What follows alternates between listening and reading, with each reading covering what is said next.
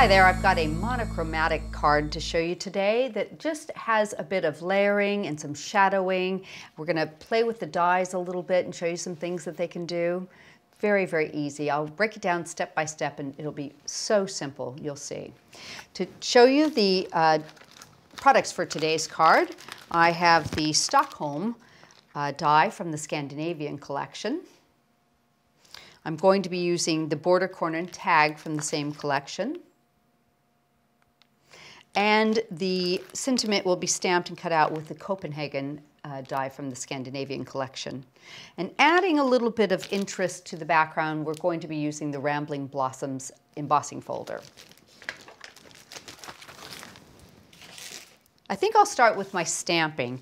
I am going to be using the Beaded Element stamp set from Creative Expressions, and I've gone ahead and put that onto my acrylic block, and just using a Clear Perfect medium pad, I'm going to ink this up.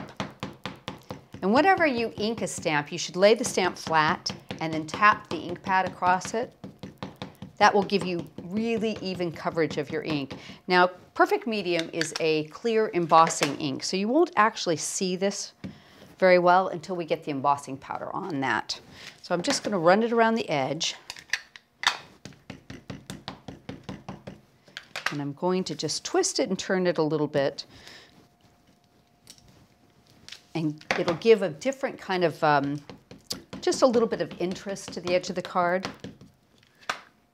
You kind of have to look to see where you've been because, like I said, it's a clear embossing ink. So it is a little bit difficult to see until you get the powder on it. Let's do this one, about like that. And I'm stamping the stamp off the page each time, just so you get a completely different look from it. And we'll turn it and do the corner. And I think I can fit one more little guy in here, just a tiny bit here. Okay, that should be enough. You can always go in and add some extra bit of stamping once you put your embossing powder on if you feel it needs it. Going to be using the Cosmic Shimmer True White Detail Powder. And I've got a piece of copy paper underneath me, so I'm just going to tap it on, turn it, and pour the powder across the embossing, and that sticky ink will grab that powder.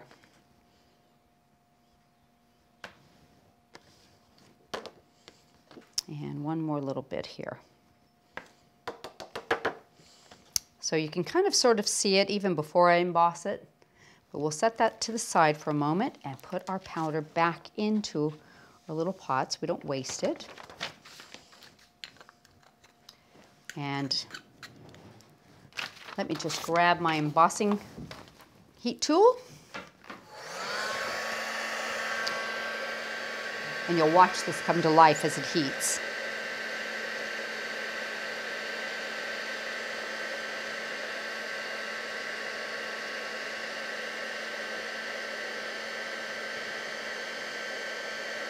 Just using a random stamp around the edge of a card really does add a little bit of interest. I personally like the tone-on-tone look, so it's not too overpowering. You can see it change color as it heats and melts, so you know you've embossed it properly.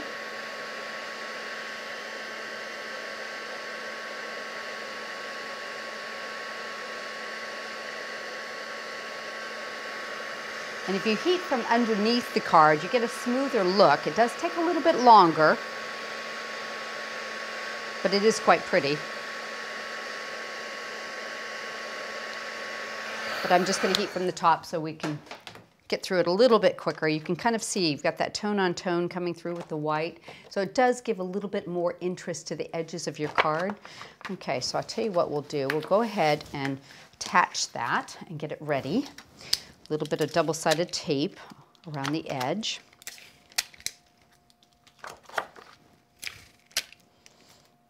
You can also glue if you prefer. And let me just lean in a little bit and get this straight. That doesn't look too bad there. Okay, so the base of our card is ready, so I'm going to move on a little bit more from here. So just to show you the embossing, I'm using the Rambling Blossoms embossing folder. I've got a piece of coconut white card. I'm going to pop that inside. And I've got the base plate and the raspberry plate as my sandwich. Roll it through the grand caliper. Now, if you find that this sandwich is a little tight for your machine, because not all machines are exactly the same, then you can change out this plate for the pink embossing plate because it's slightly thinner. You never want to force anything through your machine. And if you have another machine that you use, there are different sandwiches on the Creative Expressions website. You can check there. But you can see what a beautiful emboss that gives. Isn't that pretty? I just love that. Now, I have gone ahead and cut the Scandinavian border, and as you can see, it's kind of a double-sided border with the center section there. I think it's really nice to have a border that you can cut down the center and make smaller for just those little bit of occasions that you need something tiny bit smaller. Little trick that I've learned is if you tape that into place with removable tape, when you go to cut it, it will stay straighter. So I'm just going to line this up.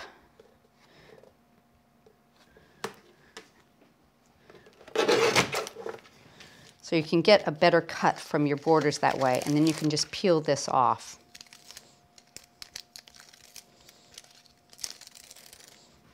I can reuse that later. So you can see, I can just use a section of that, and I've got another section here I can use. And to show you how the corner in this set lines up, you can use this going this direction and it will match up right there. So all you need to do is find your scissors. You can glue it into place and you can nip away this part of it. So you have a perfect match. Oops, let me hold that there for you. See how that matches? There we go. So what I've done is I've gone ahead and I've put them all the way around the edge of the piece that I've embossed. And I've added little corners on top of that to match up. So I have something that's half the width and it gives me more room for my centerpiece. Set this to the side. Now, just going to use a little bit of tape and we're going to add that in. Matted and layered it with some white and some black card. That looks about right, like that. And we can go ahead and seat that in the middle of our embossed background that we did with our stamp earlier. Got some mounting foam I've put there. Pop that into place. So you'll be able to see just the edges of that stamp coming around the outside. So it's a little bit interesting, but it doesn't like become the focal element. So next thing I'm going to do is I've cut the dies in white and black, and I'm going to just offset them a tiny bit with some glue.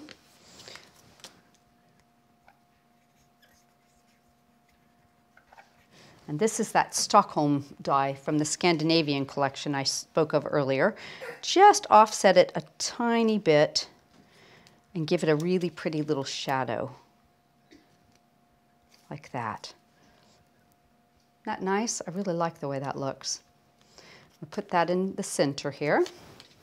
Got a bit of mounting foam already in the back. And it really goes nicely with that black and white look that we've got going here. I have gone ahead and cut one more of the black inside dies from that set. It's got some nice little little corners that are cut out, kind of pretty. I'm going to put that into the center of that. And my sentiment, I'm going to go ahead and cut out with the die that is in the Copenhagen. So I'm going to go ahead and line that up, and let me find my tape. Oh, here we go. We'll use this. Around that stamp sentiment. And since I'm going to be doing a bit of inking, I'm going to try and keep my tape where it's not going to actually cover the die. Set that back a little bit further there. And grab our cutting mat. pop that into place. I find it's easier to stamp first and then put your die around it and then take it out. You can center it easier that way. There we go.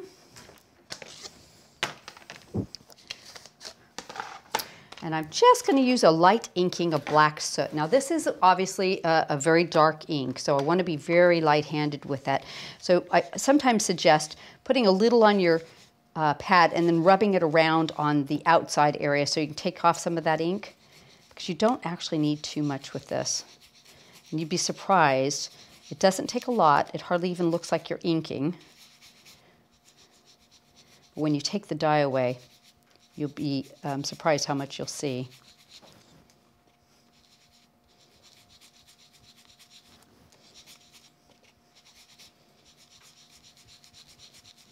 A little bit more.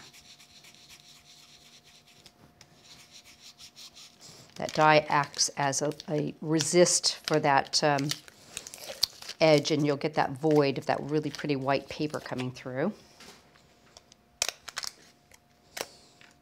Isn't that nice? Now I can go ahead and pop those out later, but I'll go ahead and put them onto the card for now and finish that off. I'm going to use some mounting foam. It'll seat right in the center here. Very, very nice. And to finish it off, I've cut a tiny little flower out of the open petal camellias, and we'll just put that into place with a little bit of glue. Just a nice little accent up in the top here. There we go. And you can finish this card off with some pearls in the corners. You could actually even add more flowers if you like. You can dress it up, dress it down, whatever is your preference. But I think that's a really pretty easy card to put together. The dies do all the work for you.